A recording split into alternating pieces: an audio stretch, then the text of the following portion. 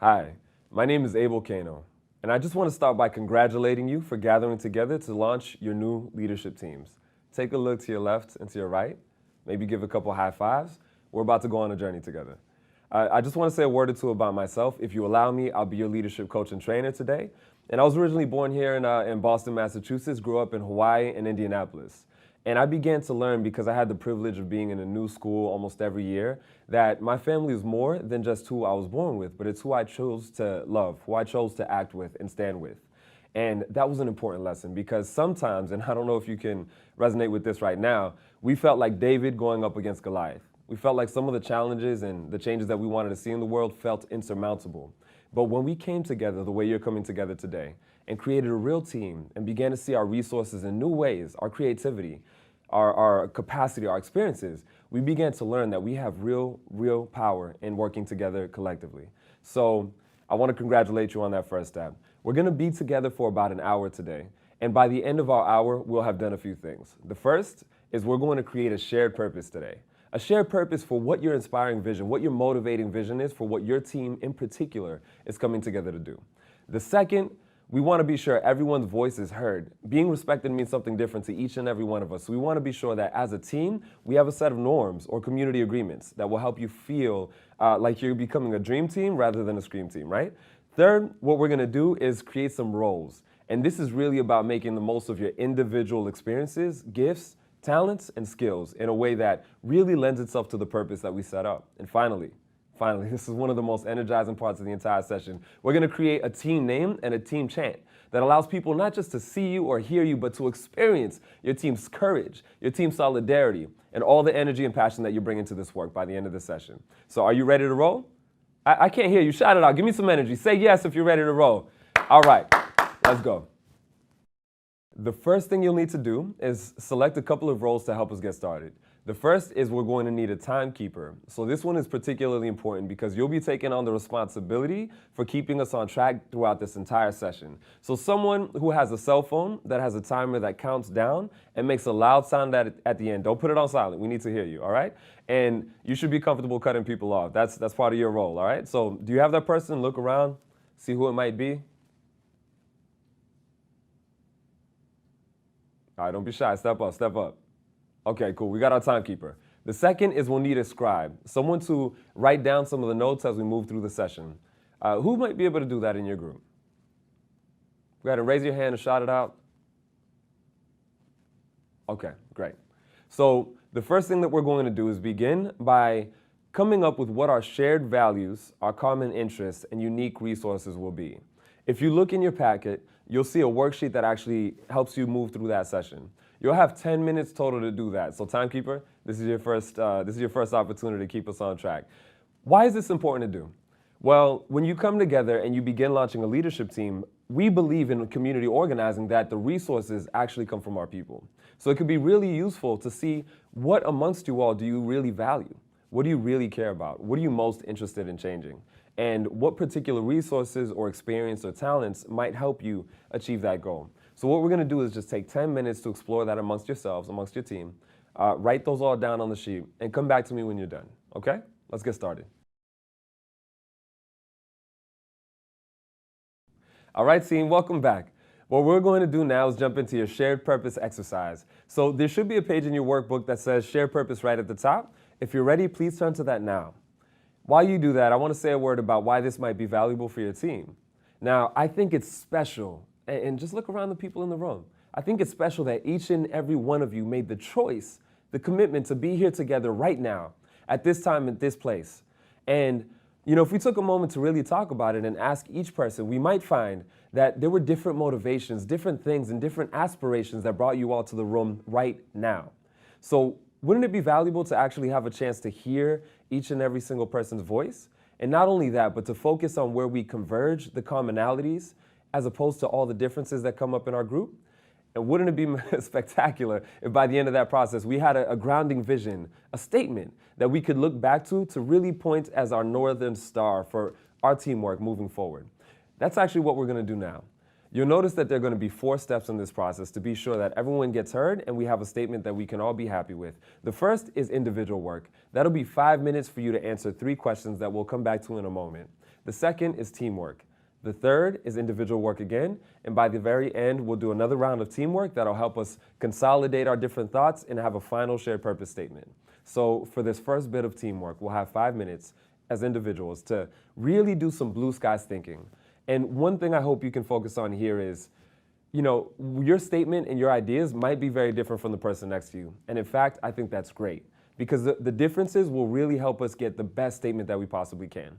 So what you'll have is 5 minutes to answer first the question, what? Now, this is really what the motivational and aspirational vision for your team will be. What can this particular team achieve in the world? We'll move then into the who. So when we get out there and we launch out of here and start getting into action as a team, who are the specific people, our constituency, that we'll focus on organizing? And finally, how? What specific activities can we get into that can really help us achieve the what that we've painted in our vision, our aim? So let's take 5 minutes, right, individually now. We'll need a timekeeper. Please put 5 minutes on the clock. So if you're ready, please take those 5 minutes. Don't look at your partner's favors. This is just for you, okay? Think about what your team could be doing and begin writing now.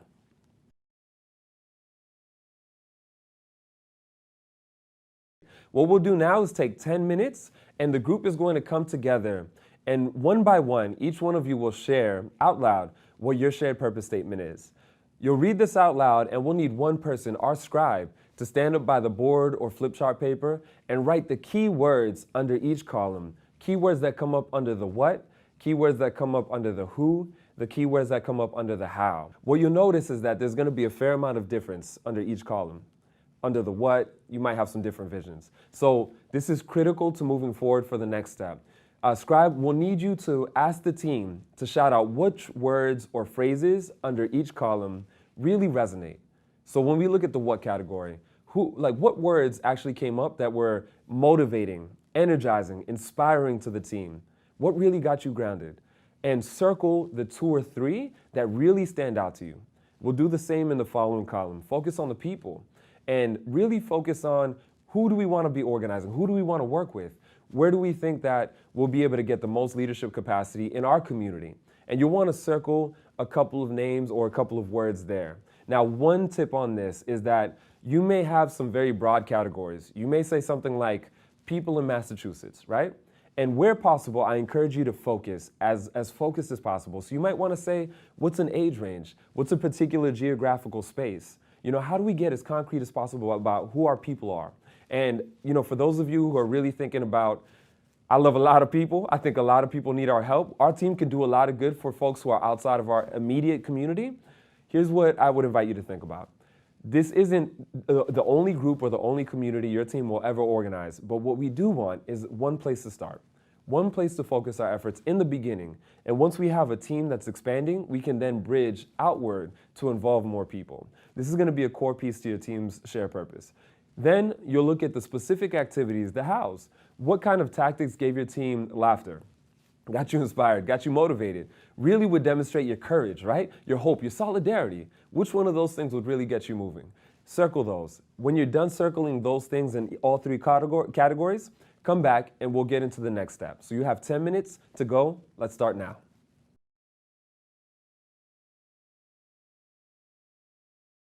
All right, team, welcome back. So far, we've gone through the first 2 steps of our shared purpose exercise, and we're about to move into our third. So what we'll do now is focus on individual work again. And here's the important part. We just went through circling the key areas of convergence of the pieces that our team put up on the board. And we're going to take those and write a new shared purpose statement using only what the team circled. And this is going to be awesome because you'll come out of this with a new statement that really focuses on harnessing where the group really has a lot of energy and synergy. So what we're going to do is take 5 minutes and put those on the clock. So timekeeper, you've been doing so well at keeping us on time. Let's put 5 more minutes on the clock. And again, have the buzzer go off nice and loud. And don't hesitate to interrupt us if we're getting really excited in this part, okay? So we're going to take these 5 minutes and get started now.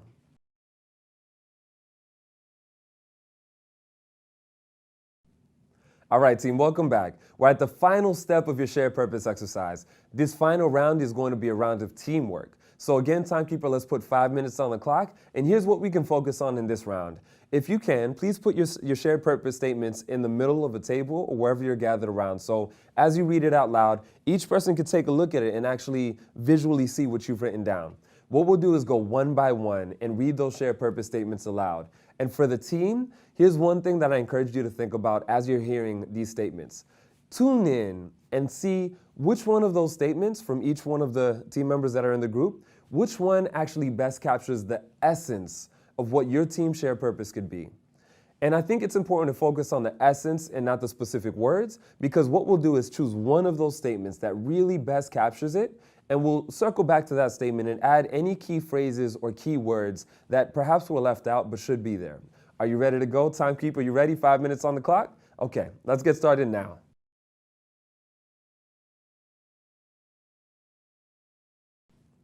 All right, team, welcome back. You just finished your shared purpose exercise. I want to congratulate you for that. Give a couple of high fives on either side. Give yourselves a round of applause. Look, I know you just did a lot in a very short amount of time. There are probably moments where you're like, man, we disagree. Are we ever going to get through this thing? But you know what you did? You focused on where you share agreement, the commonalities. And you came out of that with the final shared purpose statement that will guide your team for weeks and months to come. So congratulations for that. What we'll do now is transition into the norms or community agreements exercise. And just a word or two about what this is. Have you ever been part of a team that you might call a scream team? You know, like you're part of this team, but people were disagreeing, work wasn't getting done on time, you were committed, but your energy was just being drained every time you went to one of those team meetings. You know what I'm talking about, right? That's the scream team. What we have the opportunity to create now is the opposite. We call those the dream teams, and you know what that is, right? Everybody's doing their part. You love going to the team meetings because you're energized by the work that you're doing together. When someone steps up and commits to doing something, you're able to trust and know that they're going to do it, that they're going to follow through. And most of all, most importantly of all, you feel a sense of solidarity with those people. You feel like that team has your back, and you know that you have theirs, right? So we have the opportunity to create that experience for you right now. And what we call those are norms. So what we'll do is go through a process of identifying what specific norms or agreements can we put in place to really help us feel heard and understood. And part of our work as community leaders and organizers is to make the implicit explicit. What I mean by that is sometimes when you're part of a team or an organization, there are actually, agreements in place about how people are going to work together and how decisions are going to be made, but they're not visible anywhere. They're not written anywhere. And not everyone who's part of that community actually had a voice in making those norms real. So what we want to do now is make all of our agreements explicit. We all want to be respected, but what it feels like to be respected is different for each and every one of us. So we're going to do that now. And if you want to read more about this, there's actually a feminist scholar named Joanne Freeman who wrote a little bit about this in an article she titled The Tyranny of Structurelessness. And it's awesome. I encourage you to take a look if you like. The first thing we're going to decide is how to decide. And we're going to vote this first round by consensus, meaning everyone in the group has to agree that this is the way we want to move forward. And I want to give you a couple of options. Timekeepers, there should be times right on the worksheet indicating how long we have to get through each section. So take a look at those now and be sure that you put that buzzer on. And again, you've been doing such a great job, so feel free to cut us off whenever that time is up. A couple of options here for how we make decisions. We want to be able to vote, and this is going to be by however you elect to do it. So let's take a couple of minutes and actually do this right now, okay? Let's get started. What we're going to do now is move into discussion and decision making. This is really about what norms could you put in place to encourage vigorous debate, where you can not just shut out dissent, but actually encourage it, differing opinions. How do you weigh input, balance that, and find ways to move forward as a team? As a process, what we'll do is actually begin by looking at the always do and read them all out loud, and then focus on the never do and read those all out loud. And while you do that, I encourage you to think about a couple of questions and ask them out loud to the rest of your team. The first is, are there any of these items that require explanation? What's not totally clear? So what does it mean to truly balance advocacy with inquiry? And then you focus on the other side. Is there anything here that we absolutely cannot agree to? That we're like, this doesn't sound good, it doesn't work for our particular team. And if so, you can go ahead and cross those out. And finally, is there anything here that we want to add that's not being demonstrated on this list, but we think it's important for how we want to have discussions as a team? If you find that there are a few like that, you can go ahead and add those to the list. Just say what it is and describe how you think that it would best be enacted in your team, and you could add those. go ahead and get started now. Timekeeper, be sure that you put a couple of minutes on the clock, and again, feel free to cut us off when you're done, and we'll come back for the next session. Let's get started. All right, so we just finished discussion and decision making. What we'll focus on next is time management. This is going to be particularly important because, listen, time is one of the most valuable resources in the planet that we have. It's one thing that we can use but never get back again. So it means the world that we're deciding to spend our time with one another. That demonstrates true commitment. And I think in order to really uplift that, it could be valuable to have a couple of norms about how we're going to manage our time together. So just like in the last section, let's focus by reading out the always do, reading out the never do, clarifying anything that we don't fully understand, adding any that are missing, and crossing out any that we can't particularly commit to. And one thing, for example, is maybe describing what it means to you to be present throughout an entire meeting. That's one way to demonstrate respect, for example. But if we're tweeting while someone else is speaking, it might be a little difficult to really feel respected in that space. So go ahead and explain what you think needs to be there, add anything that you want to see. And Timekeeper, again, put a couple minutes on the clock, and we'll come back in a few minutes. Let's get started. Now let's shift our focus to honoring commitments. This is all about how we get into action together. How do we follow up on the commitments we've made to ensure that everything we need to be doing is getting done? So in terms of process, it's the same as the last. Let's read out loud the always do. Let's read out loud the never do. Let's clarify anything that needs it, and then focus on adding things that need to be added. So one thing that's important to note here is there's a line that says weekly check-ins. I think that might be really, really valuable to keep the momentum of your team going. Just be sure that the time that you agree to is something that you can all commit to. So let's focus on doing that right now. Let's get started. All right, team, well done with that last section. Now what we're going to do is set some norm corrections for our team. Now what this is really about accountability. And you might be thinking to yourself, why do we need this? We're going to follow through. We're a good team. We're going to be solid. But let's think about that for a second. Really, when you get into the work, aren't there a lot of other things that are on your plate in life? Don't you have a lot of other responsibilities? Sometimes when we get into the stuff, some of the norms and intentions that we begin with can begin to slip. So it could be really helpful to have at least one way to acknowledge for the team that you really care about what you've committed to upholding as norms in your group. Now, one other thing to keep in mind is that this should be fun, it should be a little silly, and maybe slightly embarrassing. So I'll give you a couple of examples. One is do a yoga pose and a love bomb, which means giving 2 or 3 genuine compliments to people in your group. So you might get into a silly yoga pose and do that. You might also do something like playing truth or dare for some of you who are very adventurous and really trust your teammates. You might also do something fun like a full body, I'll say it again, a full body dance for 15 seconds while producing your own music. Why? Because it's fun, it's energizing, and it's exciting. You don't have to choose one that I just said, but you're welcome to. But be creative. What works for you? Maybe even bringing snacks to the next meeting. I love snacks. One other reason this could be valuable for your team is because I don't know about you, but when I'm running late and people have been meeting and I'm a few minutes behind, it could be really useful to just have a way to say, listen, team, I'm sorry, I'm here. Just acknowledge it in the room and get started with the work. One other thing to keep in mind is that when we have norm corrections, one really valuable thing is that if we've committed to start and end on time, somebody rolls in 15 minutes late and no one has said anything, what just happened? Yeah, you can shout it out. What just happened? That's right. A new norm was created, right? We're essentially saying it's okay to be late. And what we want to do is honor what we've said we want to honor. So let's do this, team. Have fun with it. Take a few minutes. Timekeeper, keep us on time, all right? Let's get started right now. You ready? Let's go. We're going to create our team roles. If you think back to when we created our shared purpose, hopefully you have a motivating vision that's inspiring to your team. Now what we'll do is create the roles that can help you make that real. In terms of process, what we're going to do is go column by column, beginning with the top, working our way down, and then we'll start with the following column, work our way down, and go one by one until we've hit all 4 columns. First, let's get started with the roles. Now, you might brainstorm all the roles you might possibly need in order to achieve that shared purpose. Brainstorm as many roles as you possibly can for this particular shared purpose, and then when you're done with that, let's roll into the next category. We'll take one role at a time and come up with what responsibilities that person might have. One important distinction here is that you want to focus not on particular tasks, but on outcomes. For example, an event coordinator would commit to making sure our events run smoothly, not necessarily just sending an outreach email or something of that nature. And then once you're done doing that for each particular role, you move into the next session.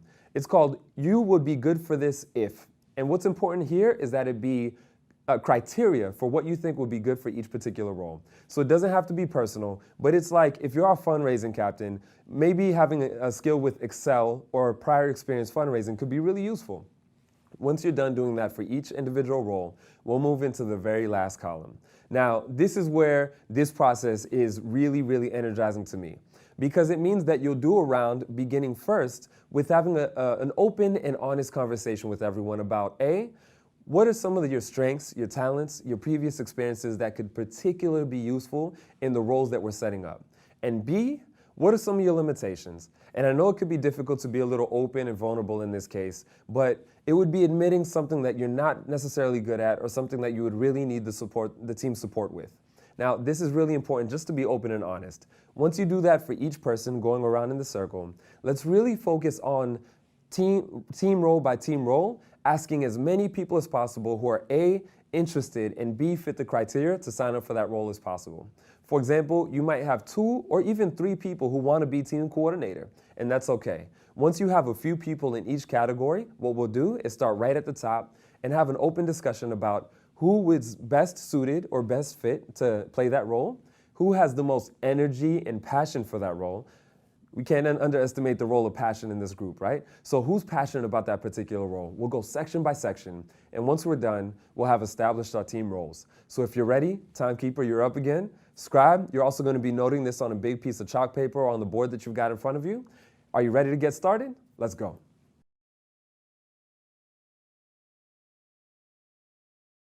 All right, team, well done. We've just established our team roles. What we're going to do now is transition into the next piece. This is where we create our team name and chant. Now, I'm excited for you because this section is super energizing. Are you ready? What I need you to do is first, if you've been sitting down, stand up, right? Stand up, get up out of your seats, shake it off a little bit. If some of you are still sitting, I know you might still be sitting at home. Now's the time to stand up. Stand up and stand in a circle or stand next to one another. Are you ready? Okay, good. What we're going to do now is create our team name and our team chant. Look, many of us have been doing some tough work of really being focused, thinking about our team norms, our shared purpose, our team roles. That's been a lot of work that we've been up in our head for. Now we're going to sink down into our heart and really think about what could the name be of our team? What do we stand for? What represents us? When we're out there doing our actions, what can we chant out loud? How do we use the talents in this room? Maybe some of you like to sing. Maybe some of you like to dance. How do we really get the energy flowing to get our team creative and energizing in a way that shows our hope, our courage, our solidarity? That's what we're going to do right now with this section. Are you ready? So the way this is going to work is timekeepers. Your role is super important, right? What you're going to do is put the time on the clock. And be sure that you're constantly pushing the team forward to be as creative as possible within the time that we have. That time is our friend and is going to encourage our creativity and our action. Another important thing is you may be waiting and kind of thinking up in your head to have the best idea before you say it. And what I encourage you to do is literally just shout as many names and potential ideas as you can out as possible. You literally want to be screaming over each other. If someone says something that you like, snap for them, clap for them, and say, okay, look, let's use that. Let's build that together. And by the end, you'll come up with something that you're really excited by, okay? So we're going to take a few minutes. Again, shake your body out. Get ready to have a good time with this. Put the timekeeper on. Is everybody ready? Okay, let's get started.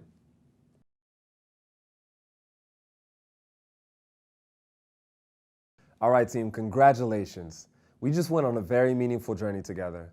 And I remember that when we first sat down, we really talked about how this is all about the way that we want to achieve shared purpose out there in the world. And so I just want to thank you, each and every one of you, for allowing me to be on this journey with you all and for making the commitments to each other that you've just made.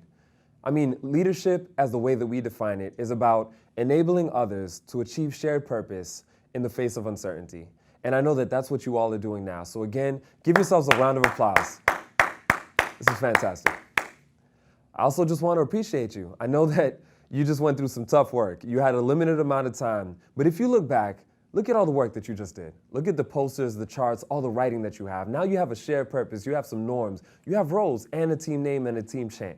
So that's really going to serve you in the future. So I appreciate you making the choice to really dig in on this experience.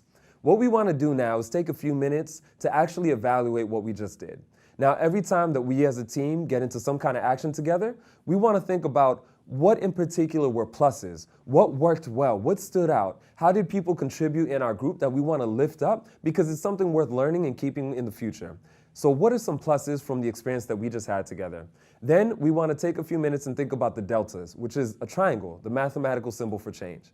If we were to do this exact experience again, what are specific constructive suggestions for how to make this example better, make this experience better in the future? So take a few minutes, timekeepers, maybe you put 5 minutes on the clock and just evaluate this session. I once had an organizing mentor say, if it's not worth evaluating, it's not worth doing. So in a sense, this is an opportunity to continue learning for the future. So again, congratulations. Take some time to appreciate, celebrate each other, and evaluate this experience. And I look forward to being with you again in the future.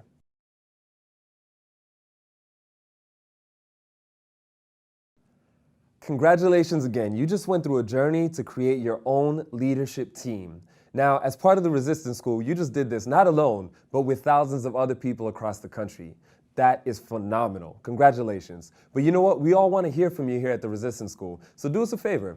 Write down your team name, write down your shared purpose, and take a video clip and send that to us at the Resistance School website so we can see what you came up with and map it with other people who did the very same exercise you just did so we can bring each other together in solidarity. So please do this. We really, really want to hear from you. Are you ready? Get started now. Thank you so much.